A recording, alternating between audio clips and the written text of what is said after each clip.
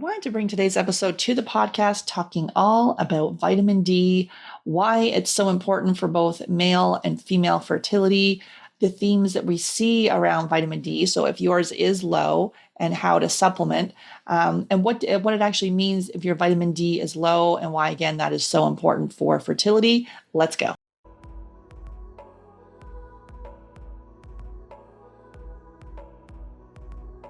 Hey, Katie, excited to have you back on the podcast. Thank you. Excited to be here. Today, we're talking all about vitamin D. So, why? And we see a lot of this where vitamin D can be extremely low for people that are on the fertility journey. We regularly see it in the single digits or in the double digits, teens. And so, we're going to be talking about the range that you want to look for. But before we get into that, so why is vitamin D so important for egg health and sperm health? Yeah, really, really good question. And I think there's not so many studies that say, oh, well, we supplemented vitamin D and had these results. But there is a lot of research that says we saw that people with these pathologies, with these issues around their fertility, had low vitamin D, and that was like a really prominent trend. So lots around so people who had low vitamin D that had poor outcomes in IVF on the female side in terms of their transfers not working out. And also people who had, in terms of their blood levels of vitamin D, which is something that we routinely test, people who had adequate levels of vitamin D, they had better rates of IVF success. Now, lots of the research is looking at IVF because it's easier to research, right? So there's lots of studies that have been done around IVF. So that's kind of a lot of what we've got to work with. But so I guess what we can deduce really from the scientific literature around vitamin D is that low vitamin D status equals poorer fertility outcomes on the whole, and having adequate vitamin D status just generally makes you more likely to get the desired outcome when it comes to fertility, and that applies on the male side as well. So it also links in with semen parameters, motility, and morphology as well. Yeah, and this, as I say, the flip side too, with having adequate vitamin D, then you're looking to have better sperm motility, so that can impact the positive outcome of sperm. So, really important for both egg and sperm. Yeah. So I think I guess what we take from that is we can strongly deduce that vitamin D has a really important role to play across lots of different areas of fertility, and it's something that we keep a regular check on and a regular eye on, because it's so easy to check your vitamin D levels in your blood, right? And so it's a great thing to just to acknowledge its power in this case. And so if we know that you've got low levels, and lots of people do, then we can do something about it. Yeah, exactly. It's empowering. So, part of our Fab Fertile method, we have access to functional lab testing. And then we also do a blood chemistry review, not to diagnose, but to educate, review for both female and male partner. And then we also do a review, a semen analysis as well. So it's important to know your numbers. It's empowering. So then you can then identify areas to work on, and then have someone to guide you through to make these targeted changes. And so, and then how does vitamin D support testosterone levels? Yeah, so vitamin D is it's an interesting one in the way it acts in the body, and it's almost considered a hormone in its own right, and it's got such an integral role to play in lots of different functionalities in the body, and a big part of that is our sex hormone production.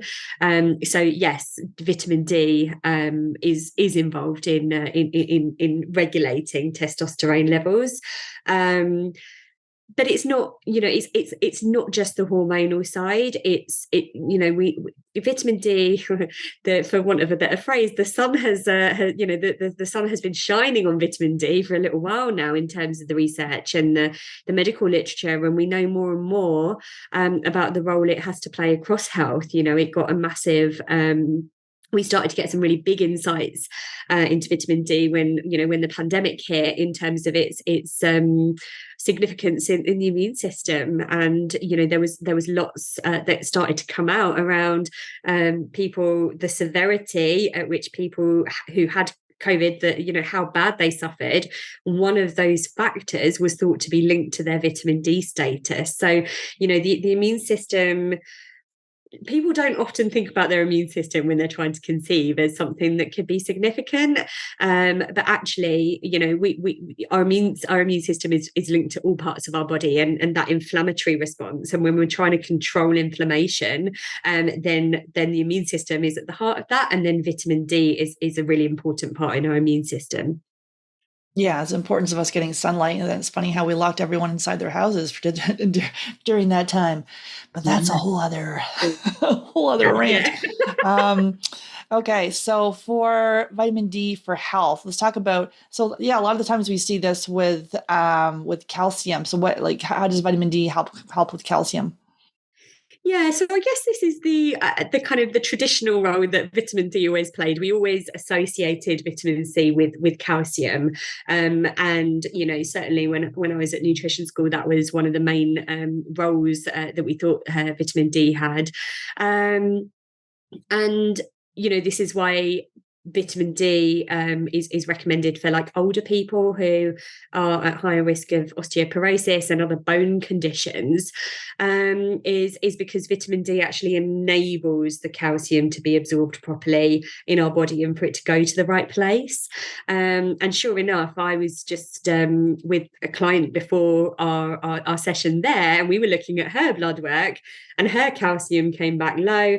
And as soon as that happens, you're like, okay, let's just scroll straight down to the vitamin D. And sure enough, her vitamin D was super low. So, it makes sense.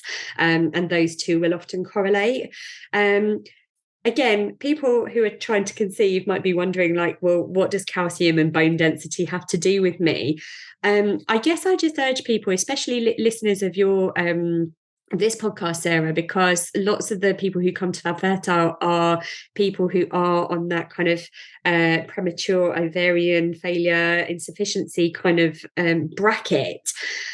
If that is you, then this has to be at the forefront of your mind, because if your body is going into this kind of premature picture where estrogen production is on the decline, then you're not going to be getting the protective effect of estrogen that you should be. And then that's going to in turn impact your bone health and your cardiovascular health later down the line. So whilst you might not be thinking directly that this is an issue for me, if you are on that kind of conveyor belt of getting that diagnosis, then this is absolutely something that you should be thinking about for your overall health. And also for men as well. I was just talking to someone the other day who the partner had poor semen quality, and literally they had a lot of broken bones, and they did have osteopenia, and in their 40s. So something going on there for sure for us to dig into. And so for him, it had impacted his semen quality and his health. Yeah, absolutely. And I guess then critically coming back to that fertility picture is that calcium is, again, it's not a sexy nutrient, it's often overlooked, but it is one where that is used for bone development. And babies need bones, and so a massive part of fetal, that early fetal development is in their bone formation. And so we do need to make sure that we are getting adequate, that we are getting okay calcium, and that it's being absorbed and it's going to the right place. And vitamin D is, has a really important role to play there. And let's just talk about for general health, for vitamin D, kind of what we see in all of this. So we're here to help people's reproductive health.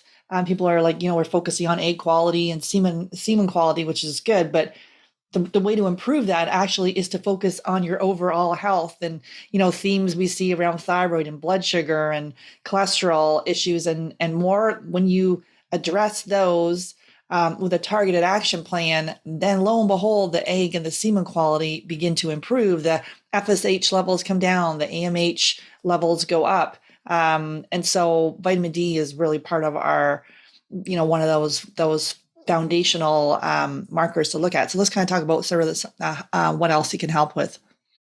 Yeah, and I think this is the joy of as I say, research and medical literature coming on in over the decades, because we just know more and more now about the integral role that vitamin D has to play across so many systems in the body. And I guess it's a bit like magnesium in that respect, right? Like magnesium has got hundreds of processes and byproducts and kind of enzymatic reactions that it's involved in across so many things in the body. And so when people say, oh, well, what does vitamin D do? What's vitamin D good for? Well, actually, what's it not good for? We're ticking the boxes here for, like our hormone production, our cellular health, our immune system, our cardiovascular risk, our thyroid health. There's so many aspects to it.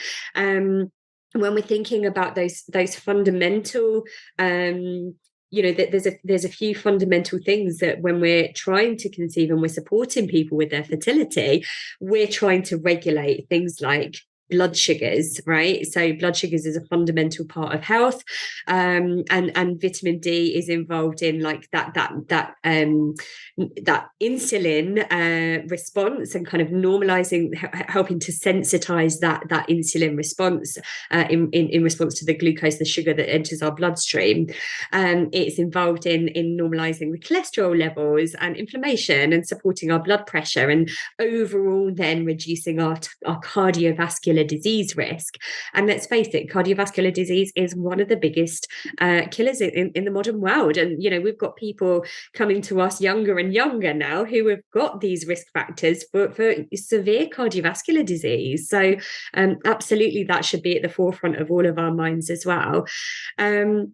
Controlling the release of parathyroid hormone, and again, coming back to the immune system, I've already mentioned, so helping to modulate the immune system. So it's really important to note here that vitamin D, it doesn't stimulate the immune system, it modulates it. And so it's really helpful for when I guess there's certain things that we look at, like, yes, we want to support people's immune system, but the truth is quite a few people that struggle with their fertility, they might also have an autoimmune presentation. And having immune system strains and autoimmune conditions, they are two different things. They involve the immune system, but you don't necessarily want to be like massively stimulating the immune system of someone who's got autoimmunity, because that could drive a flare. But vitamin D is something, and kind of making sure that adequate vitamin D levels are there, and that their vitamin D levels are sufficient. That is something that it's immunomodulatory. So kind of whether your immune system is up or down regulated, it's going to be helpful in either situation. So helpful in the immune system and in autoimmunity, and then also thinking about, there's again loads of stuff coming out now about vitamin D and mood, and our brain, and just like our neurotransmitter function, and again, some of these things that plague us in the modern world around anxiety and depression. It's as I say, I feel like I'm preaching as though vitamin D is some kind of wonder, but it is. Vitamin D is integral to our health on so many levels. It's also involved in yes, our nerve and our muscle function. It's also involved in reducing the risk for certain cancers as well. And again, that ties into that immune system, that inflammation, driving down the inflammatory response. And yeah, as I say, it interacts with so many systems, because it is, and the reason it is useful in so many of our systems is because it almost is a hormone in its own right. It's not a hormone because we don't, it doesn't fit into the hormone category exactly, but it's in that it is a chemical messenger. Then yeah, it has hormonal properties. Yeah, and a large percentage of adults, anywhere from 50 and can sometimes even 90%, depending on ethnicity and location, are believed to be at least somewhat deficient in vitamin D, which, when you think about it, is when it does all these things for the body, for fertility, for your mood, for your nerves, your cells, all of that, and then we're deficient. Yeah, exactly. And what we need to be, there's so many factors there, right? So we know that when humans, in terms of looking at the human history, when humans started migrating further and further north and further away from the equator, there was less and less sunlight, and so typically speaking, people who live in climates where the weather isn't so great, says me in Britain and you in Canada, Yeah. it's people with paler skin tones benefit more in respect to vitamin D, because it's paler skin tones are more equipped for those shorter hours of sunlight and being able to produce vitamin D. So what we often see is that when we live in a globalized world now, where people move to all sorts of different corners of the planet, we see people lots of people who live in those like northern climates who really struggle to produce vitamin D and to get enough vitamin D, because how it works is people think that we get vitamin D from sunlight. We don't. Sunlight doesn't give us vitamin D. We produce it as a result of the sunlight, right? So we produce it in response to that sunlight, and so one of the biggest factors is like we've just had 2 years, as you say, of a pandemic. We've been indoors for loads of the time.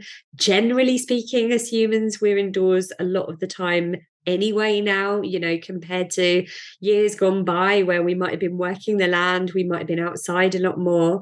And then also one of these massive kind of public health drives that's backfired somewhat, is the whole thing that when we realized that exposure to the sun was giving us skin cancer, we totally freaked out. And now we we cover up, we put SPF, or we cover ourselves in. I mean, my dad is like obsessed. He puts like factor 50 all over his body, even in the middle of winter. And I'm like, dude, what are you doing?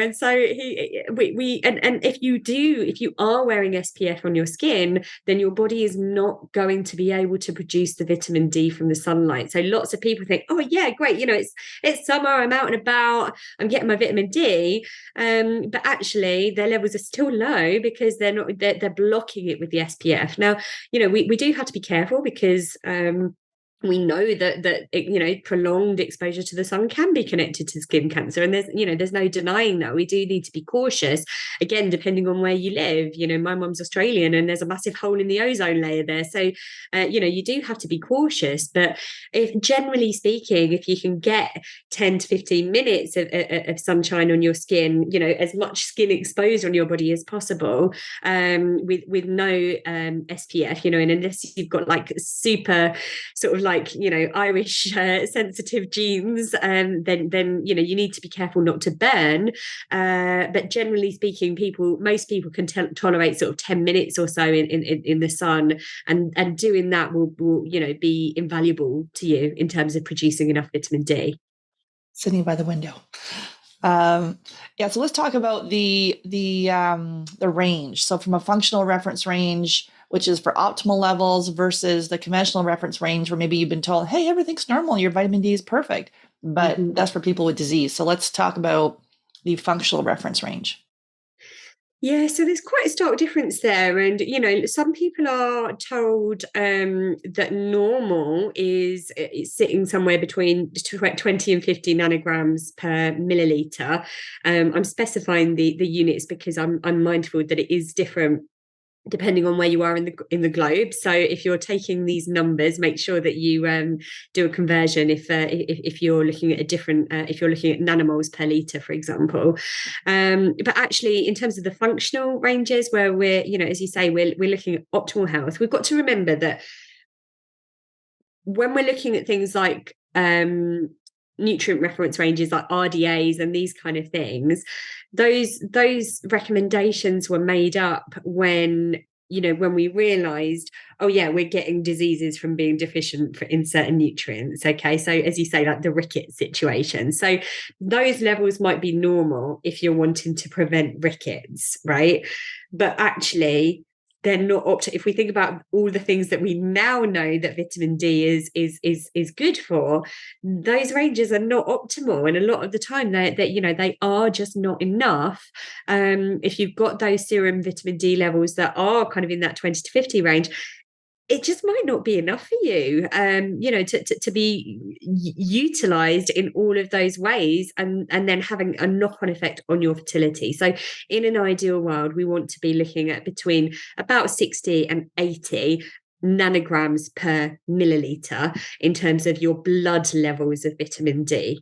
And so, if anyone can get the vitamin D tested, it's such an accessible test. Most doctors will test vitamin D.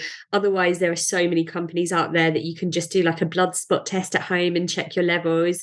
It's super easy to test your own vitamin D. And I do urge anyone, especially, if they're trying to conceive, we've got a checklist of things that we think about when we're trying to conceive, or when we have clients come to us, and vitamin D is up there in terms of like, this is one of the things that we need to look at right now.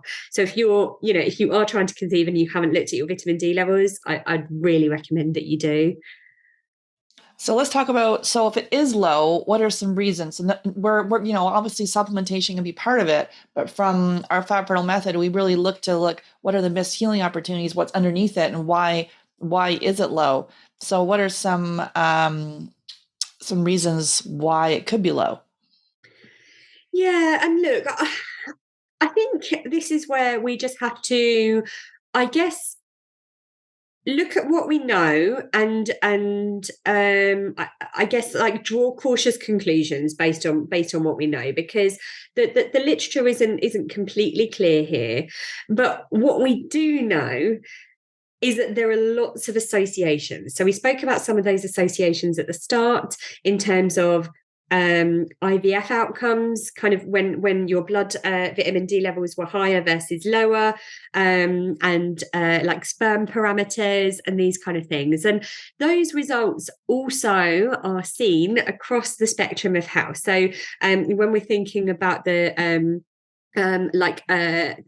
thyroid conditions, again, often associated with low vitamin D, and the same for like high stress, high cortisol levels. So if we're looking at things observationally, when we're making observations, we don't know which direction it's going in, right? We don't know whether the low vitamin D is causing those things, or whether there could be an element of those aspects driving the vitamin D down as well, right? And so sometimes it can be bi-directional. Sometimes it can work both ways, and so I guess it's just to know that there are strong associations with anything around kind of fertility, hormonal health, ovulatory health, semen health, and also then the thyroid health, and like stress and elevated cortisol levels, and having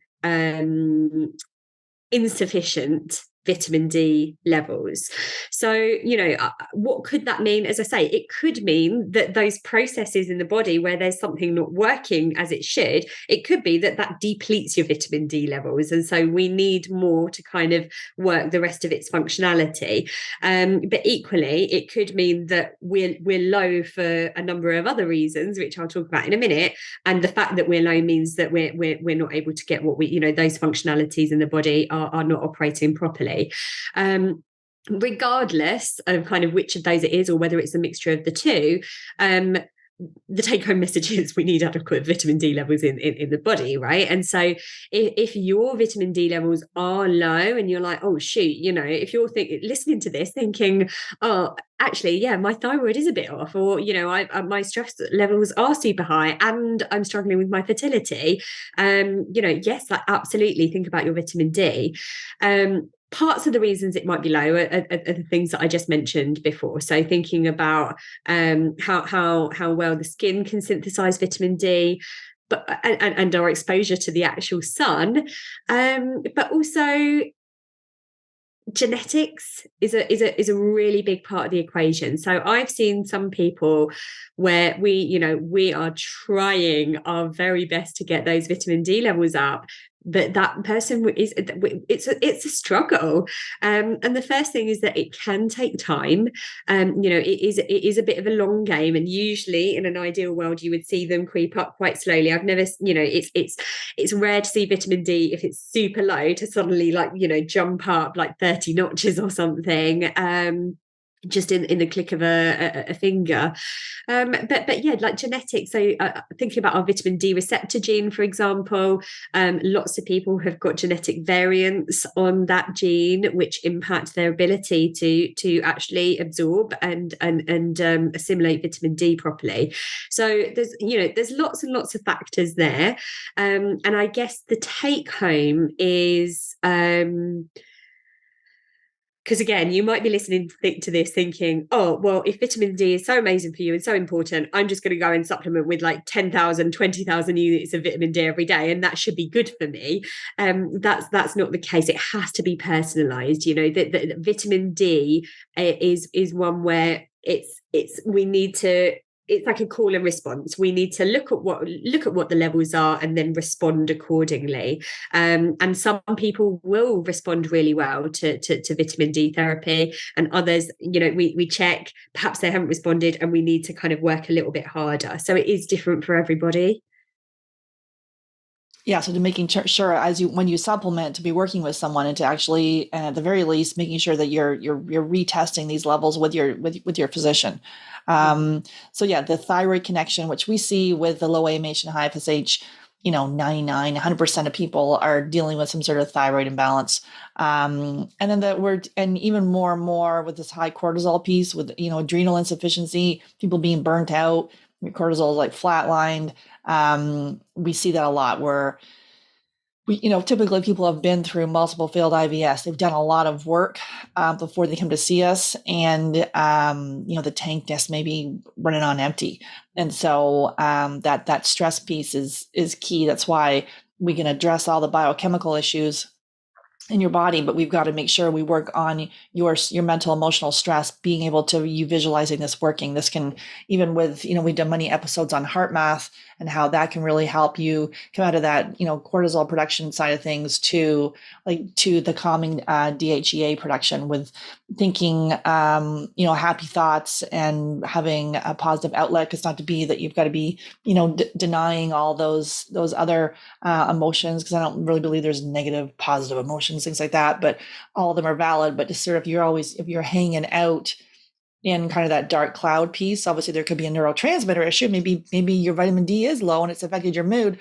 Also, there could be something situational. So looking at the thyroid, looking at the cortisol, we do see, like we were talking about, the correlation with autoimmunity. So typically Hashis or Graves, and vitamin D. And we see a lot of people with Hashimoto's and low AMH and high FSH, and people are just pushing them towards IVF, and no one's addressed the autoimmune piece and why, and in this case too, why vitamin D is low. So autoimmunity is key to look at your vitamin D. Anything you wanted to say there?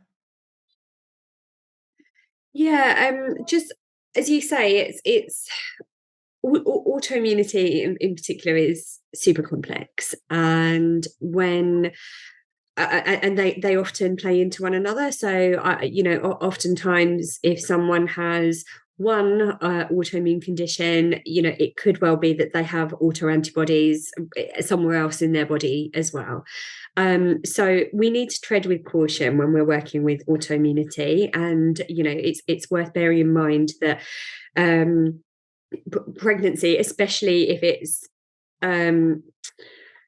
for want of a better word, like forced pregnancy, if it's IVF, can destabilize autoimmune conditions, because pregnancy is an immune event, because the immune system has to be suppressed, and we see a lot of people who have who go through IVF, or who have pregnancies and then lose those pregnancies, who have a background of autoimmunity, who then, like, everything just completely destabilizes after that. And when things destabilize from an autoimmune perspective, that's when the thyroid can drop out. That's when ovarian function can start to drop out. And so it needs to be something that we support as best we can. Vitamin D is, it's not it's not a wonder pill. Autoimmunity is more complex than just vitamin D, but getting those vitamin D levels normalized is a really, really great starting point. And let's talk about what we see, because as part of our fat fertile method, we're doing gut testing, and we regularly see people with parasites and worms and infections being passed back and forth, bacteria. What are we seeing around the connection between pathogens and vitamin D, and what's the correlation there? Yeah, so again, it's we always think about, when we're thinking about health, any kind of health overall, the gut is at the heart of overall health. And there's so much about our gut health, whether that's thinking about the integrity of the gut lining, whether it's thinking about the mucosal barrier in the gut, which, by the way, is the first line of defense for our immune system, or whether it's thinking about the bugs that live in there, and whether there's a microbial imbalance and a dysbiosis seen in the gut. All of those things can in turn impact vitamin D. So like I mentioned earlier, in terms of genetics, the VDR, the vitamin D receptor gene, that is involved in so our gut microbiome can up or down regulate the expression of that gene. Like, how crazy is that? So it's again, gut health and getting that piece right, and doing, again, like looking at a stool analysis and seeing, most everyone has some work to do on their gut, once they do a stool test. And that's not to say that there's like a perfect microbiome, because there are variety, that variance is normal, but it's just to be mindful that, if you do have dysbiosis, if you do have parasites, or you do have kind of nasties living in there that we don't want to be there, they could be impacting our ability to absorb vitamin D properly. And it's as I say, it's not just about the bugs that are living in there. It's about the actual barrier of the gut as well, and kind of the integrity of the gut. And again, these are all things that, if we do the testing, then we can, once we know what's going on, we know what's in there, then you can be tailored in your approach in terms of how to support those systems. So let's talk about the sun, and what type of time of day we want to get the sun, and then what are some foods that can help with low vitamin D? Yeah, I'm going to be honest on the foods. There are some foods that can help with vitamin D, like salmon, egg yolks, certain types of mushrooms. I've never seen someone's vitamin D come up by just eating those foods alone. The levels of vitamin D in those foods are fairly negligible. So whilst, as a general rule of thumb, I am a food first kind of person, I think, we need to be considering food, before we start supplementing with everything. you're not going to make a massive difference to your vitamin D levels by having those foods. Those foods can be great for other reasons, definitely, but that's, I guess, just to caveat that. The sun would be the main, if we're wanting to increase vitamin D levels naturally, the sun is number one. So I guess the principles that we need to go with are, if you can get that 10 to 15 minutes of sun on your skin with as much skin exposed as possible, then, and that's per day, and that's without any SPF, then you're going to be giving yourself a decent vitamin D boost. Again, that has to be caveated, because if I went outside today in the middle of January here in the UK with my shorts and t-shirt on thinking, yay, I'm just going to get my 15 minutes of vitamin D, it wouldn't work. And the reason for that is because I'm just too far north, and in the winter, the sun does not get high enough in the sky for my body to produce vitamin D. So, it does, our stores of vitamin D, if you live in the northern hemisphere or the far south, like if you live in the far north or far south, you need to bear that in mind, because there will be seasons where your body is just not producing it naturally. And, generally speaking, we say that if your shadow is shorter than your body when you go outside, then you will be absorbing some vitamin D, or you'll be producing some vitamin D from the sun. And if your shadow is longer than your body, which, even at the height of the day here in the UK at the moment, my shadow is about 3 times as long as my body, I'm not getting any vitamin D. Okay, got it. And so let's talk about so how are we supplementing with it, and what are we seeing around if there's a problem with excess vitamin D? I mean, people are pounding down the vitamin D, and then is there a top limit? Yeah, and I think that's a really important one. That's why I mentioned earlier, around people thinking, oh great, well if vitamin D is so good, then I'll just go and take loads of it and I'll be golden. That just like with anything else, that there can be too much of a good thing. When we're thinking about vitamin D, once the levels start getting much above 80, I'm always wondering, like, what's actually going on with this person. Are they first of all, are they actually absorbing it properly? Like, are they having like some kind of major issues with absorption? But also, like, it can be toxic at really high levels. So I'd always be thinking, if someone did have super high levels, then I'd always be asking them very carefully about how much they might be supplementing with, and titrating that down. Similarly, it could be, again, we need to do a call and response when it comes to vitamin D. So if someone's winter dose of vitamin D is like, I don't know, for example, 5,000 units, and that's their kind of happy place, and they're kind of ticking along nicely on that dose, it might be then that in the summertime, once they start actually producing it on their own, when the sun comes out, they probably aren't going to need that 5,000 units, because they're going to be producing so much more. So it's just always worth keeping an eye, being aware of seasonal differences as well, and yeah, just being mindful. I mean, I've had clients come to me say, like, taking like 20,000 units of vitamin D a day, and like that is a mega dose of vitamin D. And there have been maybe like 1 or 2 cases before where I have recommended that someone do that dose like once a week, but never every day. You're kind of playing with fire then, and potentially putting yourself at risk of cardiac problems, because calcium is a key, when we're talking about vitamin D and calcium absorption, that calcium is a key electrolyte for heart conduction, and for heart health. And so we're not talking about just we're going to feel a bit off here. We're talking about heart arrhythmias. So you do need to be cautious with overdoing it.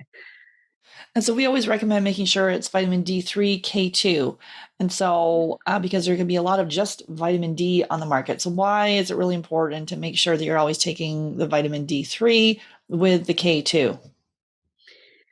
Yeah, so again, like typically speaking, in when we're talking about supplement forms of vitamin D, some of the ones that you can find are those. It's usually D2 or D3. So D2, it's cheaper to produce, and it's just not really that well absorbed by the body. So you could be taking a lot of vitamin D2 and just not your levels aren't coming up, and you're wondering why. So if that is you and you're taking vitamin D and your levels aren't coming up and you're wondering why, the first thing to check would be the type of vitamin D that you're having.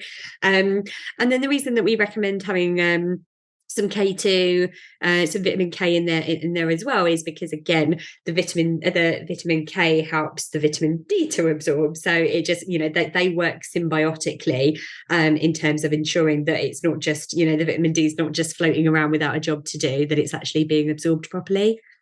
And then let's talk about the active. So that and the vitamin D3, which is called, can you just share that with us, the chemical name there? Or Yeah, so it's cholecalciferol. right. And then sort of our last piece here is the fact that, yeah, you could start taking it, and it does take a while to fill up the tank. So it is a kind of a low and slow to monitor this if you are deficient. So how long can it take? And then sort of that, like, if it is low, a dose, again, this is sort of, you need to work with a guide on this. But like the dose, if it is low, and then what's a maintenance dose?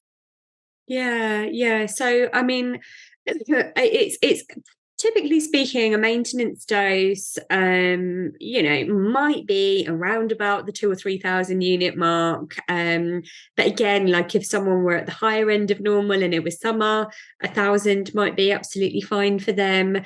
So it does really need to be taken on a case by case basis. But I guess those are ballparks. If it's super low, I would usually be, well, again, I'm cautious to kind of tell people what to do here, because it does depend on the individual. But sometimes I might go for a slightly higher dose of maybe 5 or 6 thousand units a day, and then occasionally I might say on a weekend do a higher dose, so 2 days a week, have a higher dose, and then bring it back down again. And I tend to prefer to do that when someone's levels are super low and they're not responding. I tend to try and mix it up a bit, because rather than say, oh, we're going to go mega high for weeks and weeks and weeks on end, and that's just because of the toxicity levels. So again, it's important to work with someone who knows what they're talking about, rather than just guessing. Exactly. Waste time and money. So, what are some final thoughts here, Katie, on vitamin D for our listeners?